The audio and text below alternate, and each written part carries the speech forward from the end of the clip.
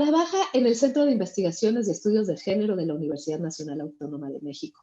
Ha publicado novelas, cuentos, libros para niños, reportajes, ensayos e investigación.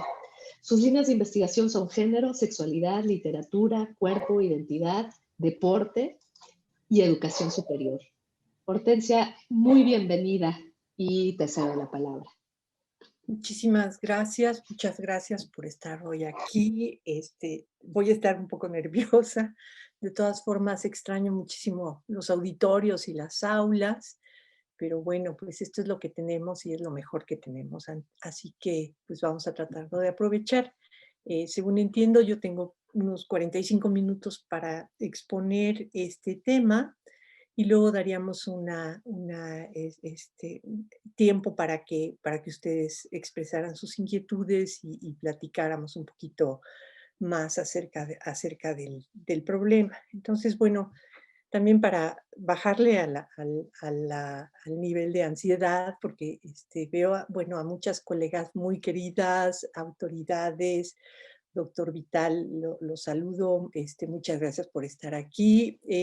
Me llama mucho, sobre todo la atención, pues el enorme interés que tienen estas comisiones en ingresar, digamos, al pensamiento del feminismo y de los estudios de género, que van a problematizar por qué es tan complicada la presencia de las mujeres en las universidades y qué tipo de problemáticas vamos a encontrar en ese espacio. Entonces, bueno, les voy a compartir pantalla. Hice una pequeña presentación, sobre todo para organizar mis ideas.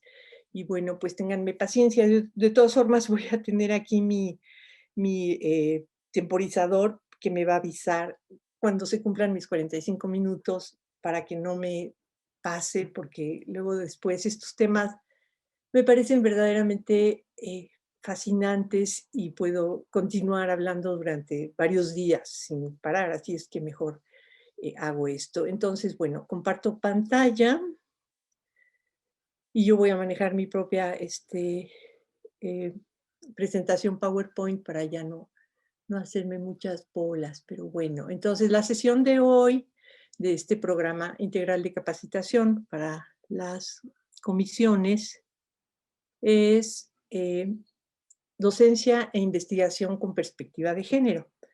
Entiendo que los objetivos de la sesión serían identificar cómo se invisibilizan las aportaciones, los puntos de vista y las necesidades de las mujeres en la docencia y en la investigación.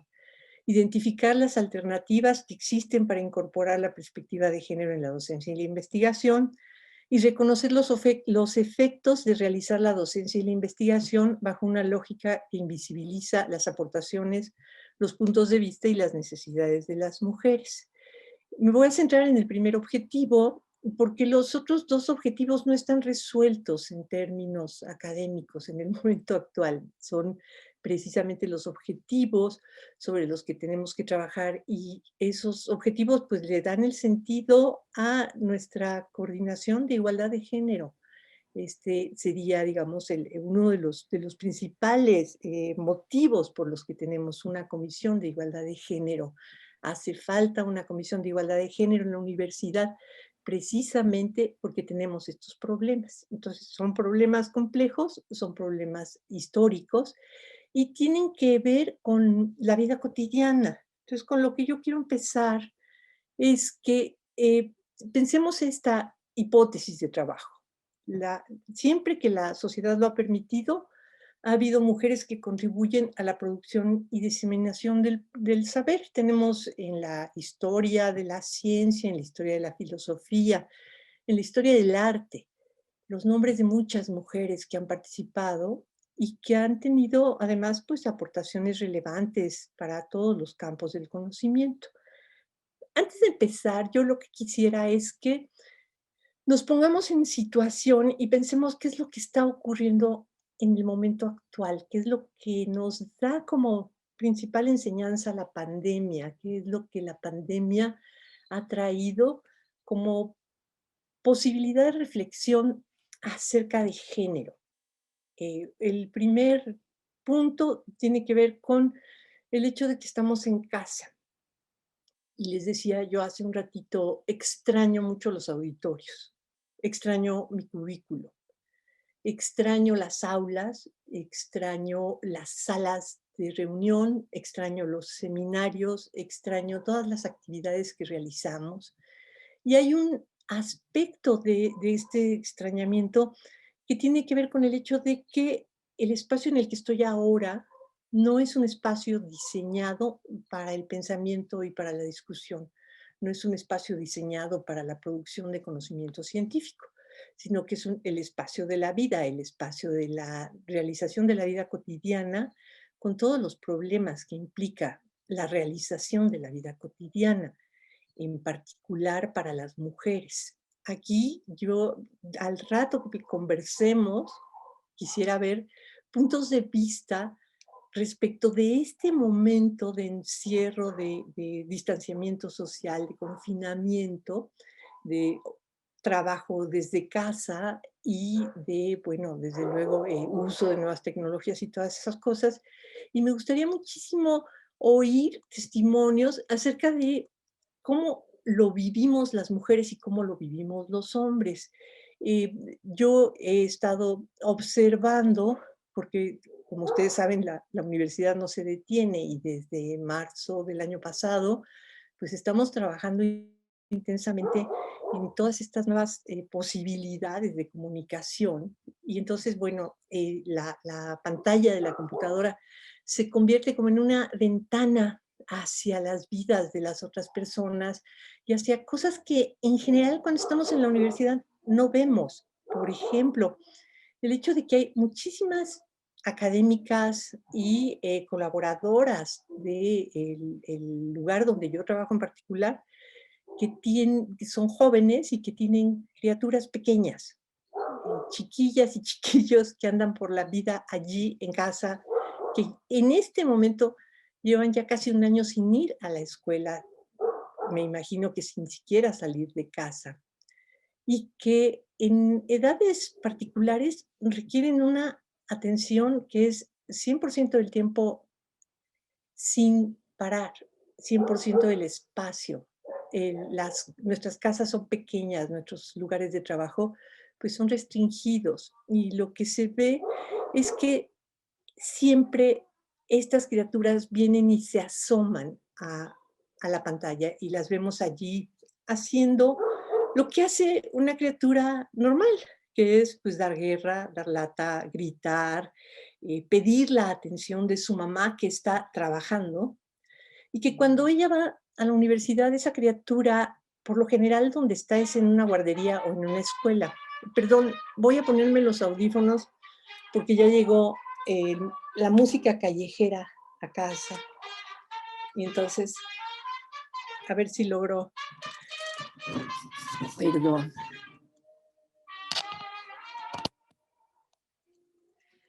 Ok.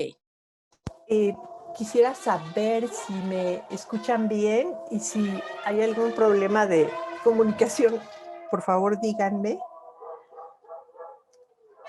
Bueno, si no oigo nada, quiere decir que seguramente... Se escucha bien. Te escuchamos bien, Hortensia. Perfecto. Se escucha, no importa el fondo musical. Ok, muchísimas gracias. Sigue. Bueno, entonces, la reflexión importante acá es que esta forma de vida que llevamos en la universidad es una forma de vida extremadamente privilegiada, si se ponen a ver. Es decir, el espacio de Ciudad Universitaria, nuestros campus, tanto el campus central como los campus de las facultades superiores, las escuelas, en fin, todos nuestros campus están diseñados para producir trabajo intelectual. Y la condición de esa producción de labores, estamos en una separación de esferas muy clara que en el momento actual se ha vuelto confusa, si se dan cuenta. Es decir, en este momento, sobre todo para las mujeres, la separación entre el espacio de trabajo de la universidad y el espacio de trabajo de la casa del espacio doméstico están completamente mezcladas.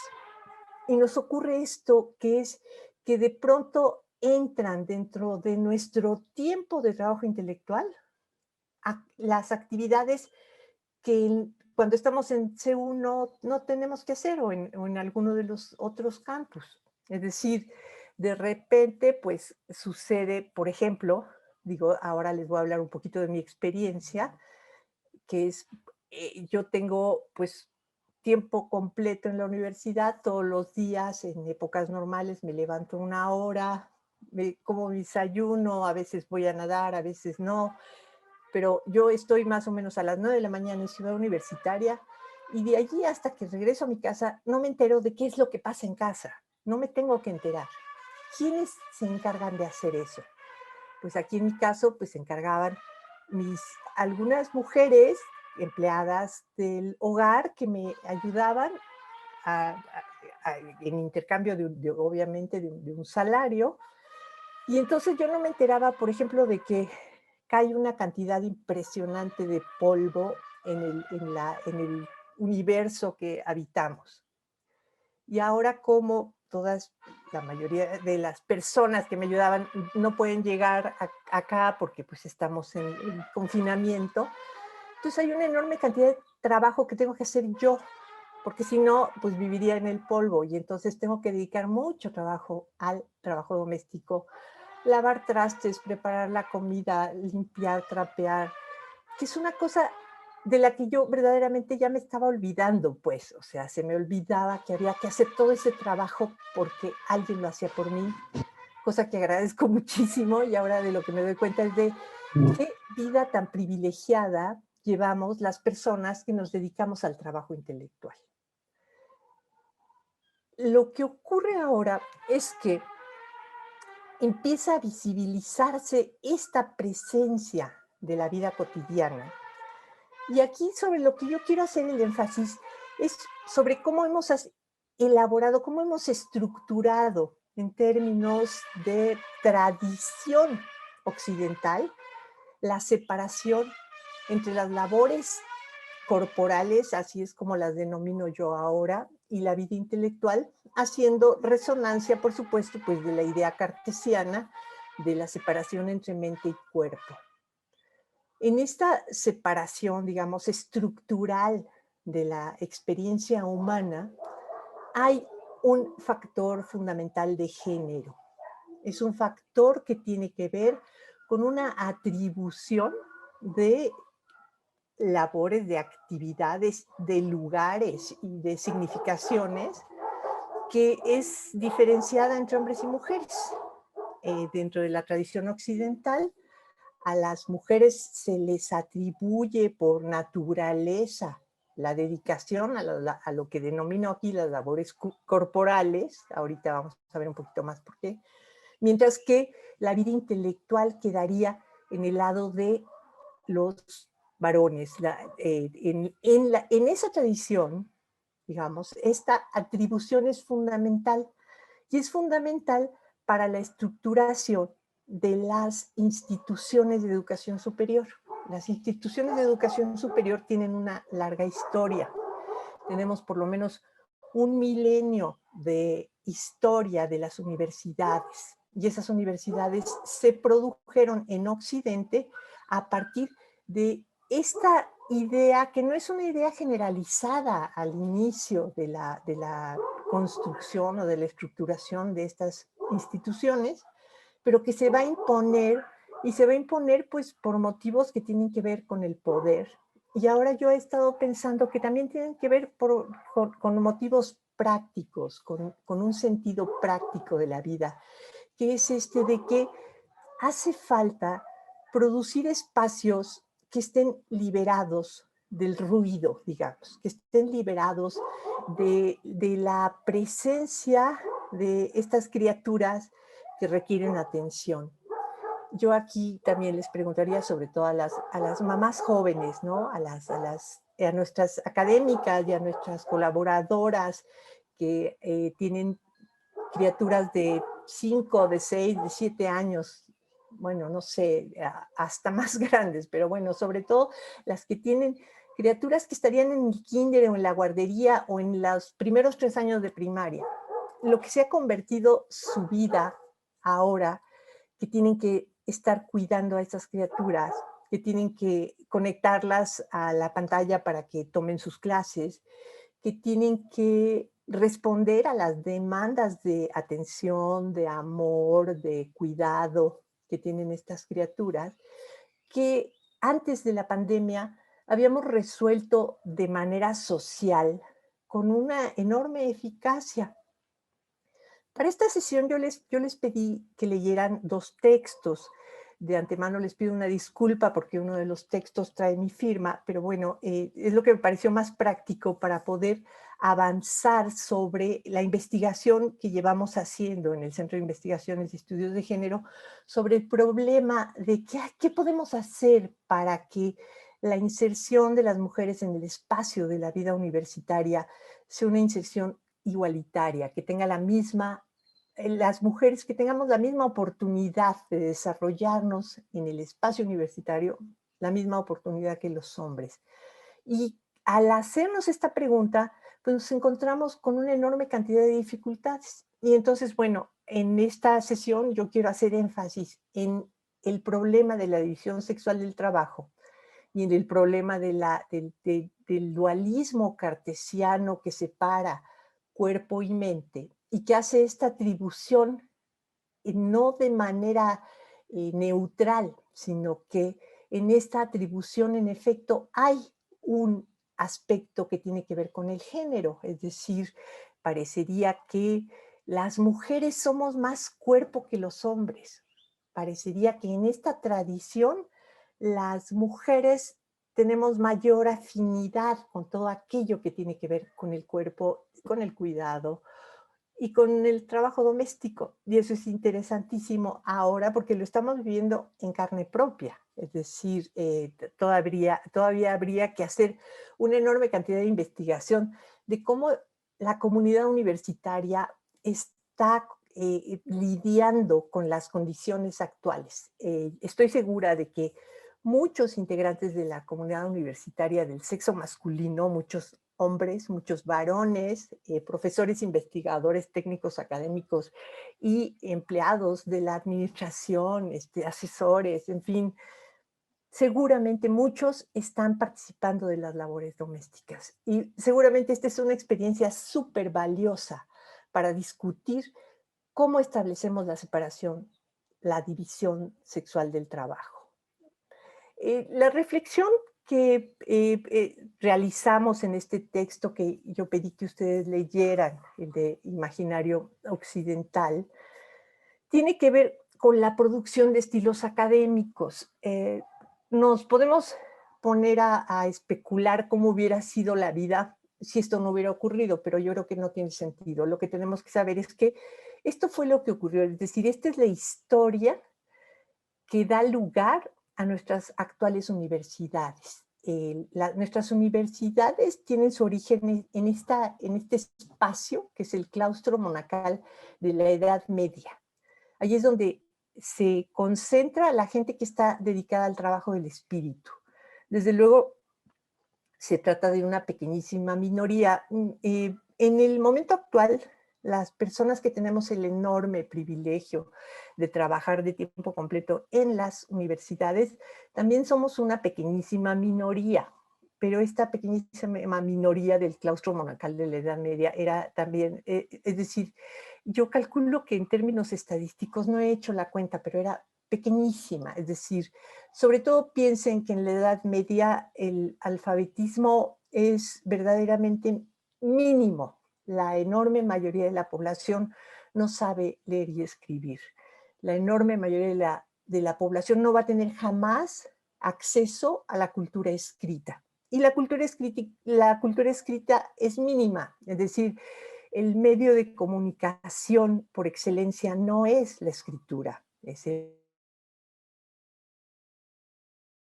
espacios privilegiados de trabajo intelectual es donde tiene incidencia y donde tiene importancia la cultura escrita.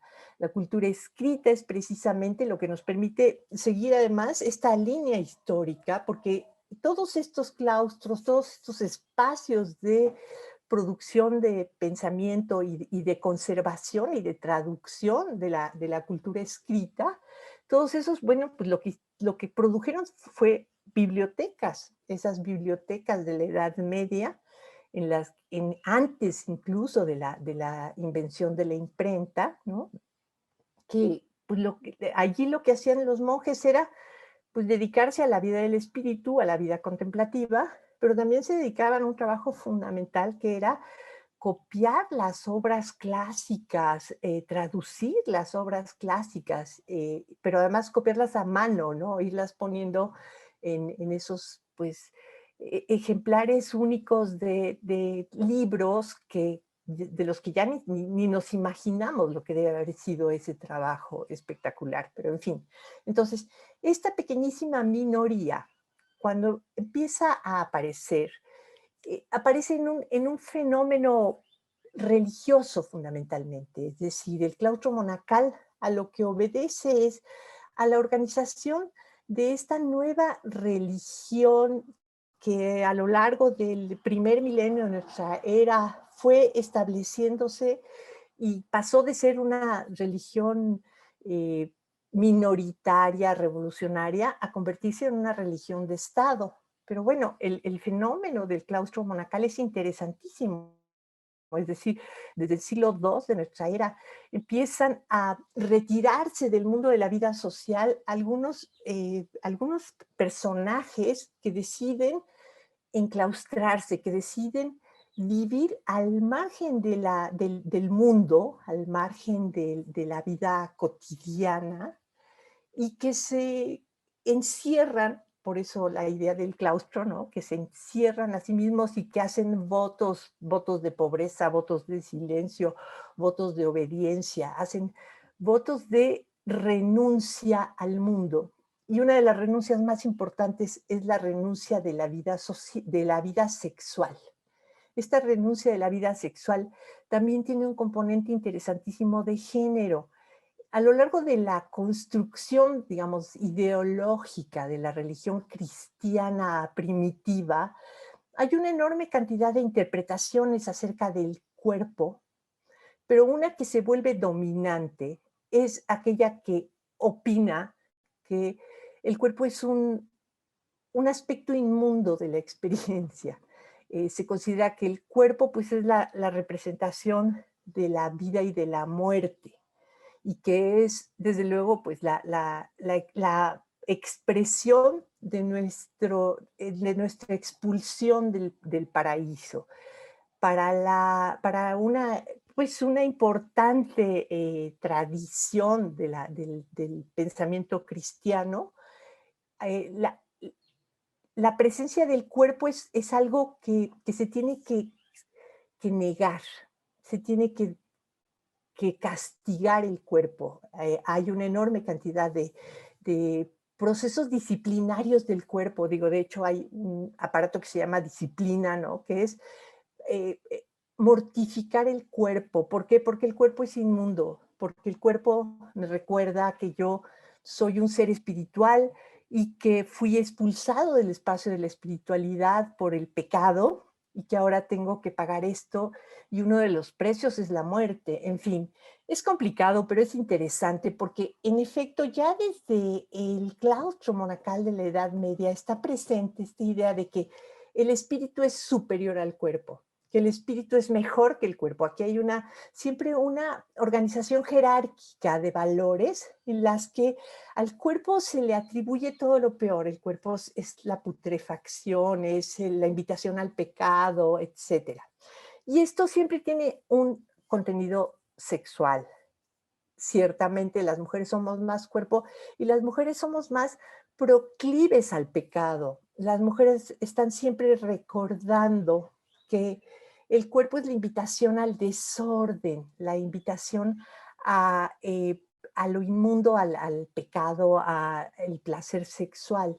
Digamos que esta cultura es una cultura que algunos autores han denominado somatofóbica, es decir, de miedo o de desprecio al cuerpo.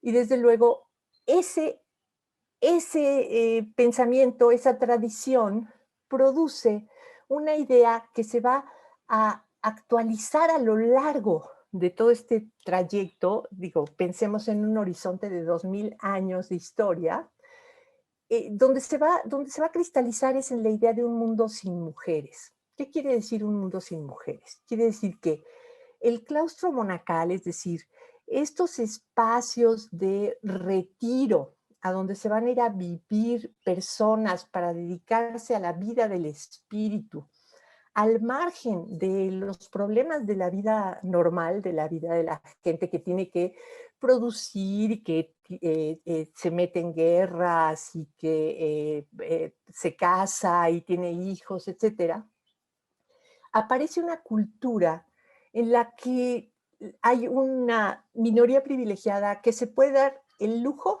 de no participar de la función social de la reproducción biológica de la especie. Digamos que el mundo sin mujeres aparece precisamente como una condición, por un lado, de esta posibilidad de vivir una vida sin pecado. Digo, se había asociado de manera muy clara la sexualidad con el pecado, pero también de manera práctica como la producción de un espacio social en donde se puede pensar, en donde una persona se puede dedicar estrictamente a la vida contemplativa, es decir, piensen cómo puede ser este ambiente en el que lo único que tú tienes que hacer es pues, dedicarte a hacer trabajo del espíritu.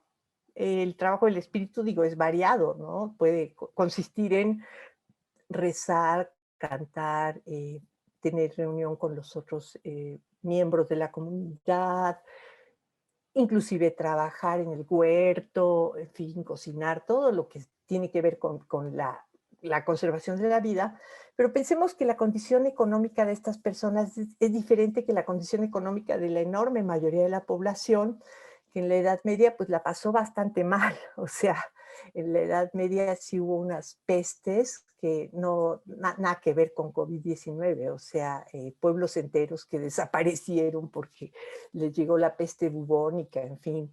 Entonces, bueno, ¿qué tenemos? Condiciones de vida sumamente precarias, hambrunas de lo más cotidianas, eh, situación social no de libertad, sino de servidumbre, en fin. Las personas que podían vivir en los monasterios, las poquitas personas que podían vivir en monasterios, eran personas que tenían una posición social diferente de la de los siervos de la gleba, obviamente. Procedían de familias terratenientes y pues tenían que llegar allí con sus dotes, o sea, vivían allí gracias a que pertenecían a las minorías privilegiadas.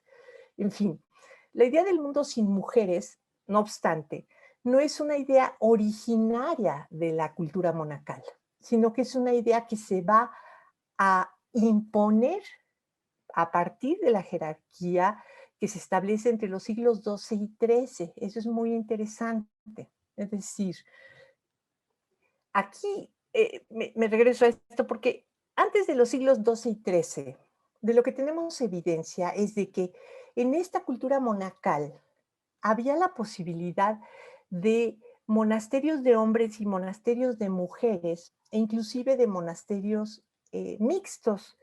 Tanto en unos como en otros, como en los terceros, la condición de pertenencia incluía la renuncia al cuerpo, incluía la renuncia a tener relaciones sexuales.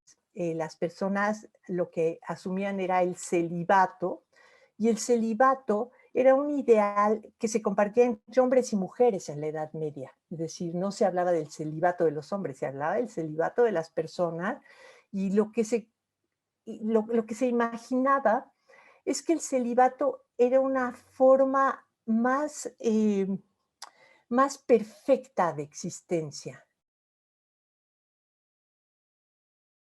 No tener relaciones sexuales que sí tenerlas, era más perfecto porque eso estaba más cerca de la vida del espíritu.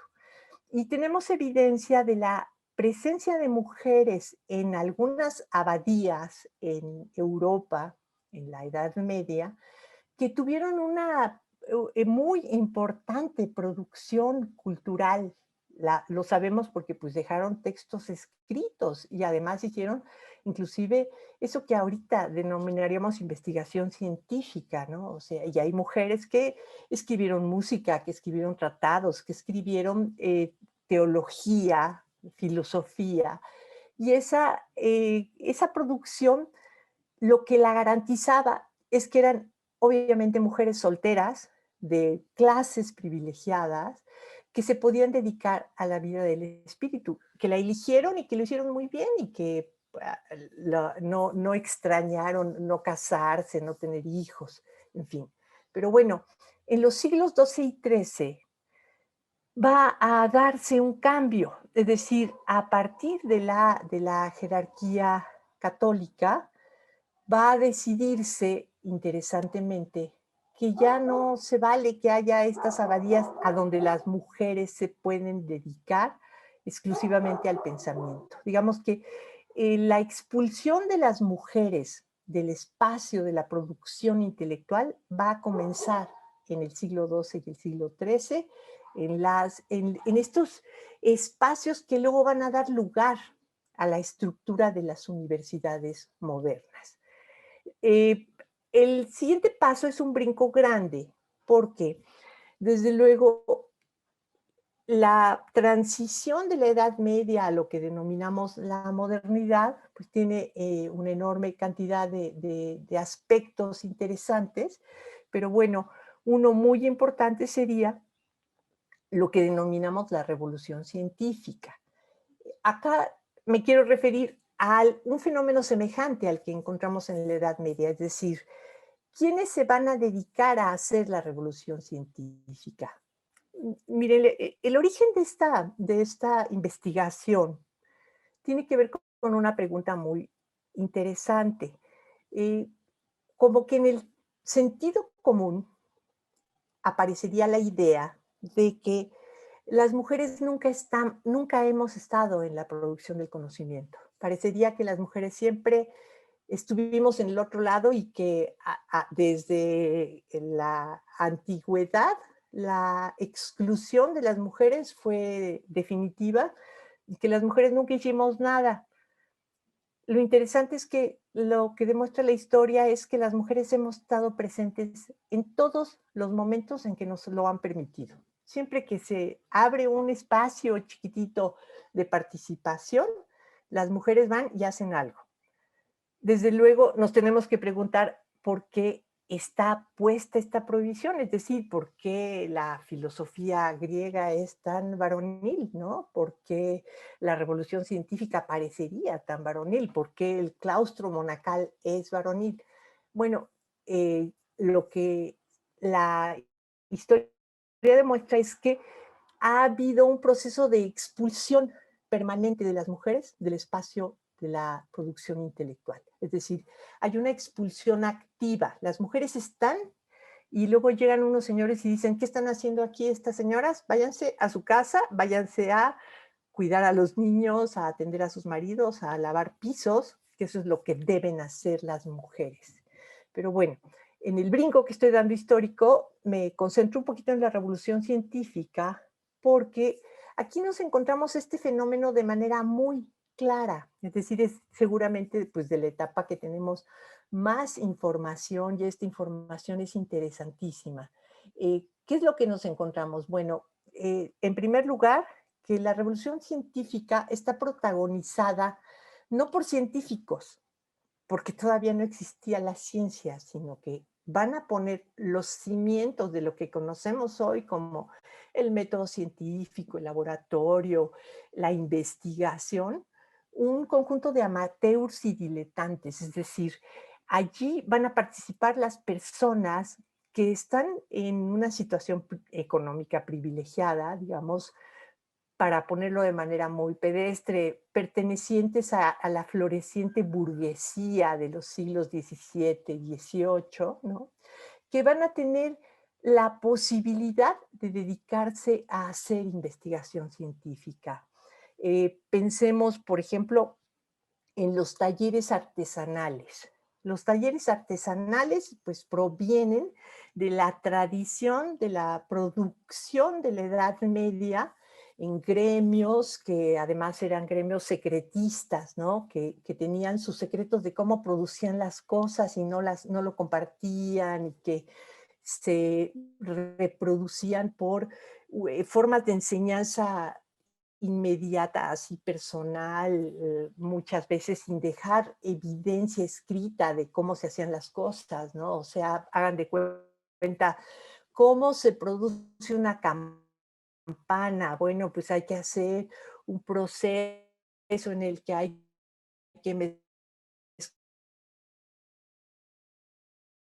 mezclarlos en un caso gigantesco. Transmitían su saber a los pertenecientes a los gremios, pero no publicaban papers para decir, hicimos la campana más grande y más bonita del mundo, sino que digamos que su ventaja competitiva de lo que dependía es de que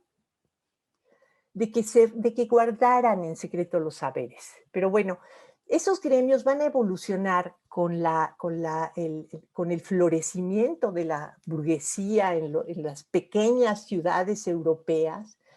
En este proceso de la revolución científica, cuando se da este paso interesantísimo en el que el pensamiento especulativo empieza a aplicarse a los fenómenos de la naturaleza.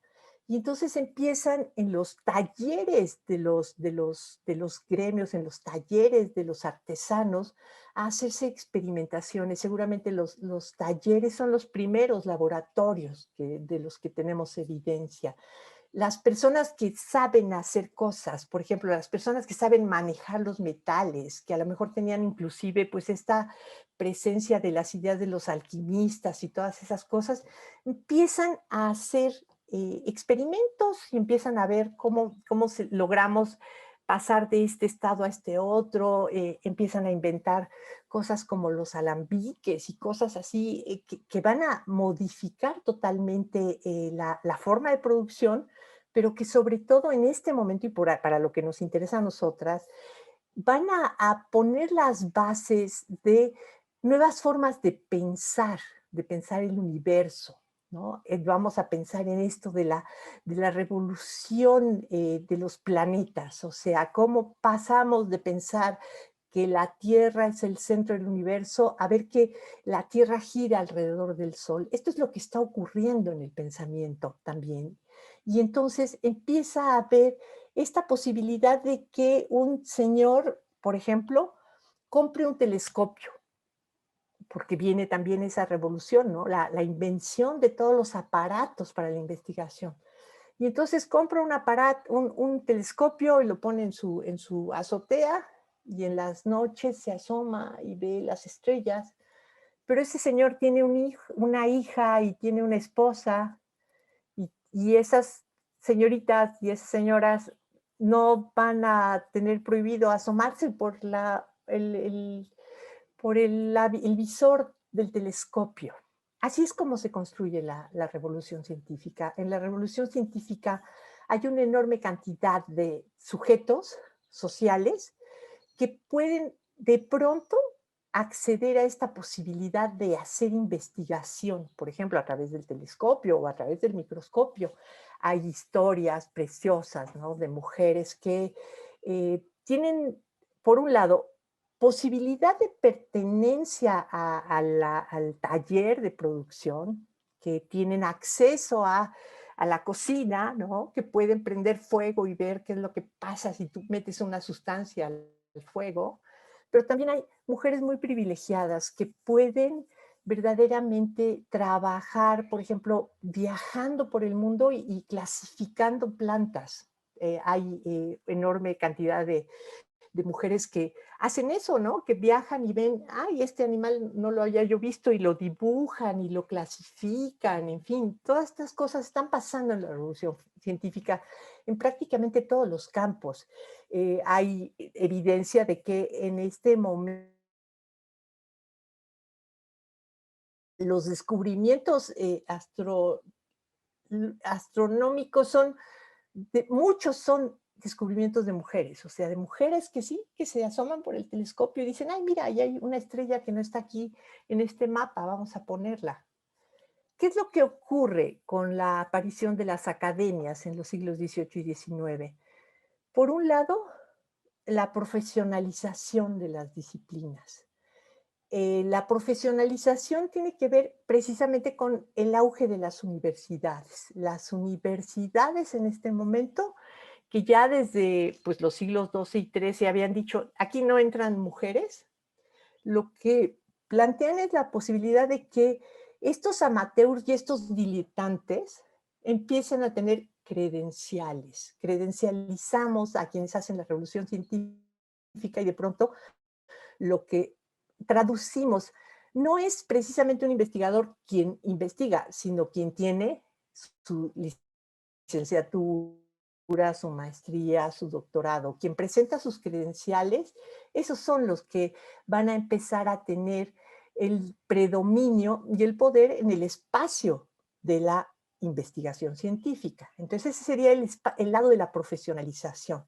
Pero por el otro lado, las academias científicas empiezan a convertirse en los espacios donde se da prestigio, donde se legitimiza la investigación.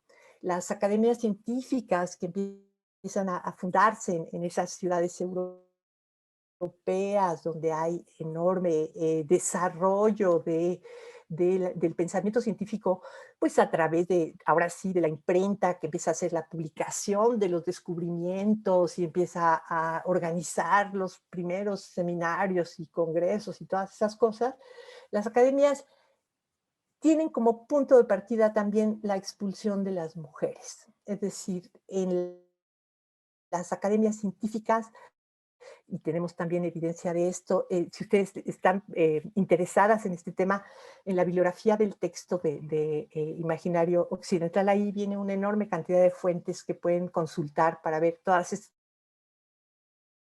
historias que además son preciosas, ¿no? De mujeres que habían tenido verdaderamente hallazgos importantísimos en alguna de las disciplinas importantes y que cuando son postuladas a las academias científicas, los miembros de la mesa directiva de esas academias dicen, ¿cómo vamos a admitir a una mujer aquí? ¿Cómo le vamos a dejar entrar? ¿Por qué la vamos a dejar entrar? Y no les permiten entrar. En las academias científicas todavía, en el momento actual, la presencia de mujeres es minoritaria. Digo, se está componiendo, ¿no? O sea, ahorita, pero tendríamos que todavía hacer como un censo. Yo acabo de hacer un conteo de todas las academias, de todas las mujeres que están en las academias de la lengua española. Las academias de la lengua española son un montón, son en todos los países donde se habla español hay una academia de la lengua española. Y hice el conteo y el promedio es menos de 25% de mujeres en esas academias.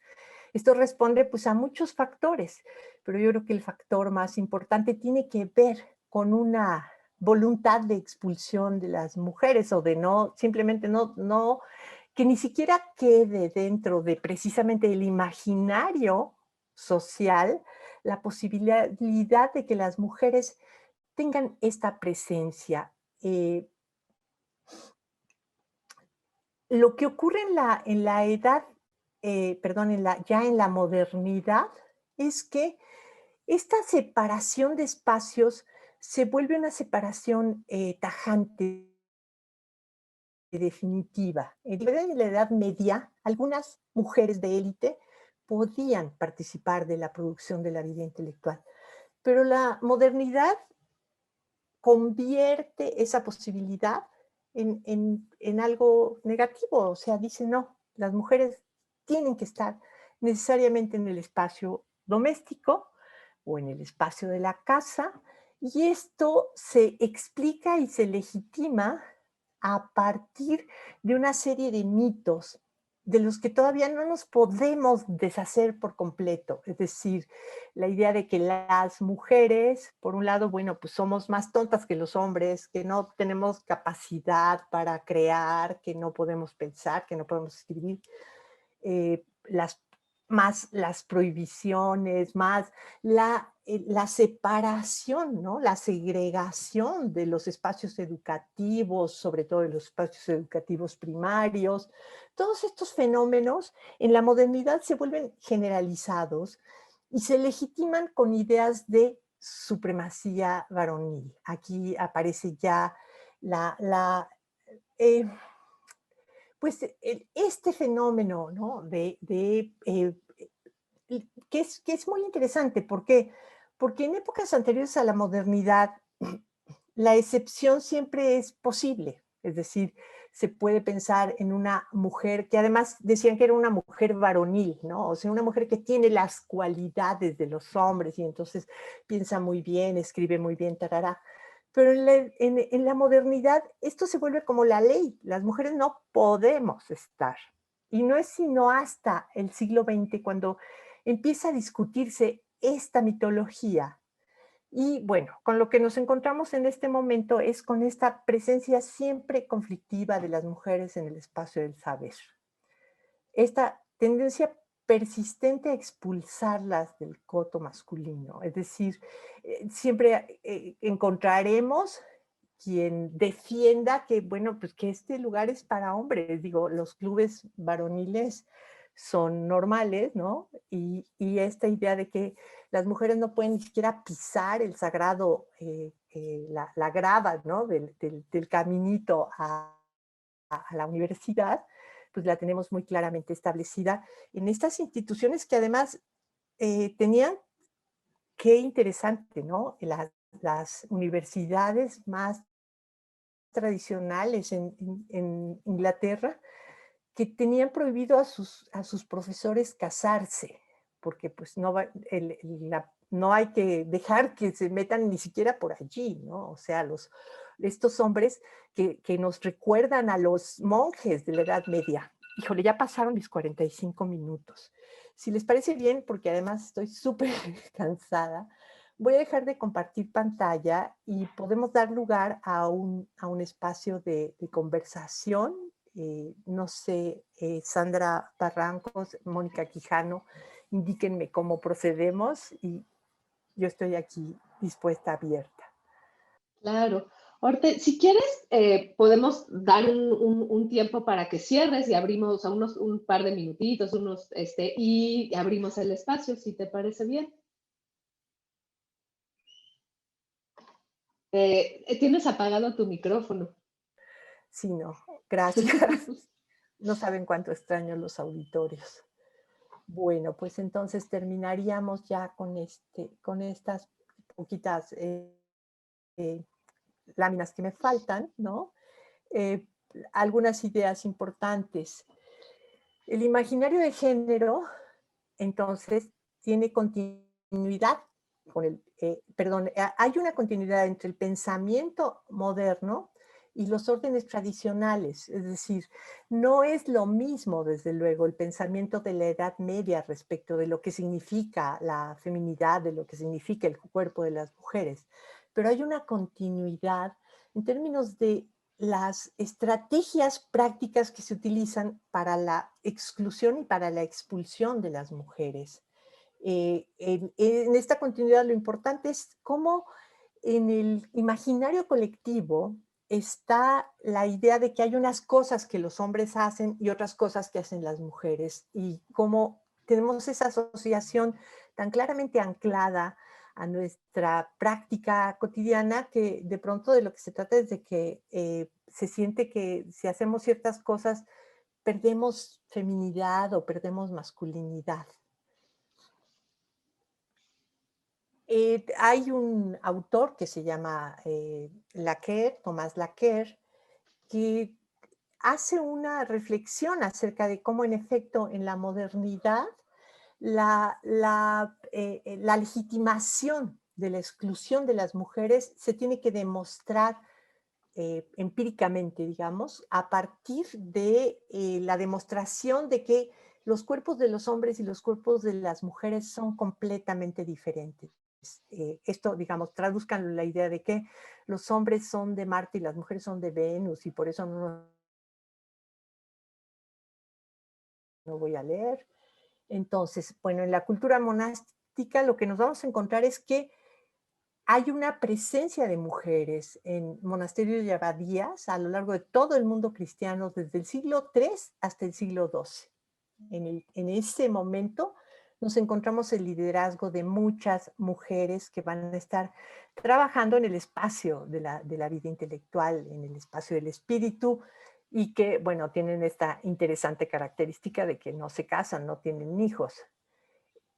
La aparición de las universidades tiene un importante momento, que es que las universidades en la mayor parte de las ciudades de Europa, también hay excepciones, se fundan a partir de la expulsión de las mujeres, casi casi como las repúblicas, ¿no? O sea, la fundación de la república tiene que ver con la definición de ciudadano varón. La fundación de las universidades tiene que ver con la definición de universitario varón.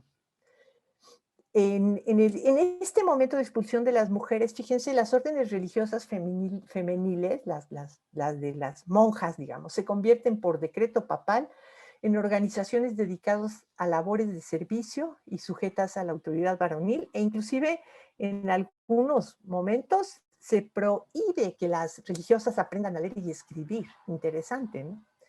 En la cultura de la ciencia, y aquí es de lo que quiero hablar, de la tradición, la cultura está definida por el rechazo a las mujeres, por la oposición a las mujeres, por la ausencia de las mujeres. Esto es lo que la tradición ha construido, o sea, está presente en nuestra tradición. Desde luego, la revolución científica nos permite ver una enorme cantidad de espacios donde las mujeres tienen presencia, ¿no? Entonces son algunas mujeres de las élites en relación con procesos de trabajo, y estos espacios particulares, las cortes del Renacimiento, los salones de la Francia prerevolucionaria, el mundo artesanal, la partería. De la partería nos tendríamos que dedicar una sesión completa para hablar acerca de las parteras. La cocina y las empresas familiares, todos estos son espacios donde las mujeres demuestran que tienen capacidad para pensar y inventar y investigar y todo eso. Entonces, bueno, este es lo de las parteras, ya nos, y bueno, para cerrar, ahora sí ya, con esto cerramos.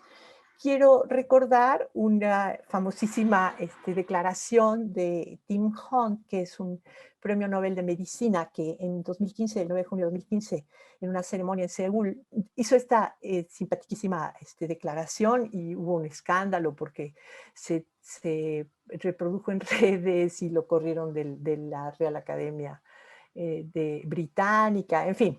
Entonces les leo esta porque es muy linda. Dice: es raro que a un monstruo chauvinista como yo se le pida que se dirija a las científicas. Déjenme que les cuente sobre mis problemas con las chicas.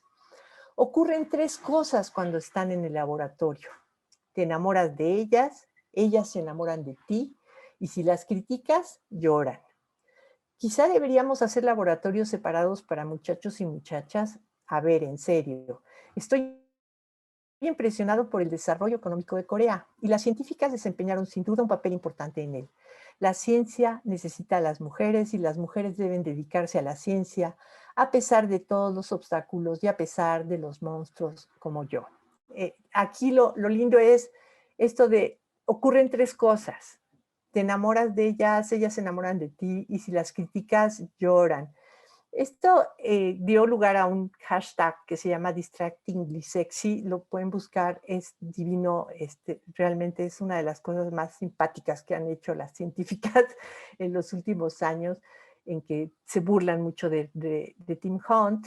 Pero bueno, lo interesante acá es que esos tres pensamientos, esas tres ideas de Hunt, te enamoras de ellas se enamoran de ti y si las criticas lloran, tiene que ver con cómo pensamos a las mujeres en el espacio del laboratorio, en el espacio del cubículo, en el espacio del aula, en el espacio del auditorio. Y acá la idea del imaginario occidental, en el que lo que se postula es que las mujeres metemos el cuerpo en la universidad. Rompemos con el ideal de un pensamiento descarnado, objetivo, capaz de funcionar al margen de las necesidades corporales, y además introducimos el desorden del deseo, la sexualidad, la sensualidad. Ahí estamos las mujeres metiendo el cuerpo.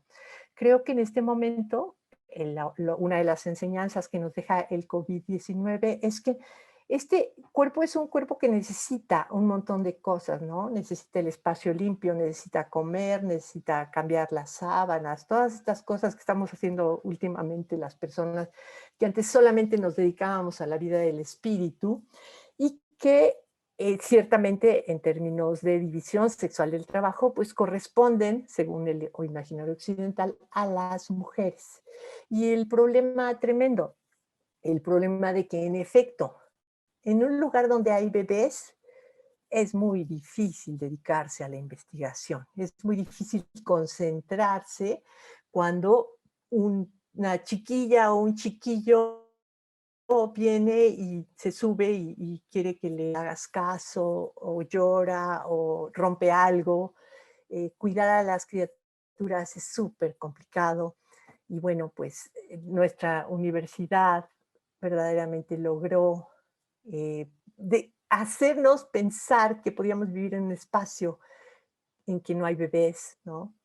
Pero ahora que estamos acá, en el COVID-19 y en el confinamiento y el distanciamiento social, pues creo que vale la pena que pensemos en todos estos temas y que los discutamos en colectivo y empecemos a ver cómo vamos a hacerle para resolver pues el objetivo de identificar las alternativas que existen para incorporar la perspectiva de género y reconocer los efectos de realizar la docencia y la investigación bajo una lógica que invisibiliza las aportaciones de los puntos de vista y las necesidades de las mujeres. Ahora sí, muchísimas gracias por su atención. Creo que concluí. Doctora Hortensia Moreno, muchísimas gracias por esta espléndida charla, muy ilustrativa y además que nos permite poner justamente en esta larga duración la participación de las mujeres en los espacios de la construcción del conocimiento y cuál ha sido históricamente también la función no muy, la verdad, no muy positiva de la universidad en la creación de estos espacios de discusión. De verdad, muchísimas gracias por esta participación. Estamos muy, muy contentos de poder haberla escuchado el día de hoy. Pues muchas gracias a ustedes y una disculpa por el nervio y todo lo demás, pero bueno, estoy realmente muy, muy contenta de participar en este enorme proyecto.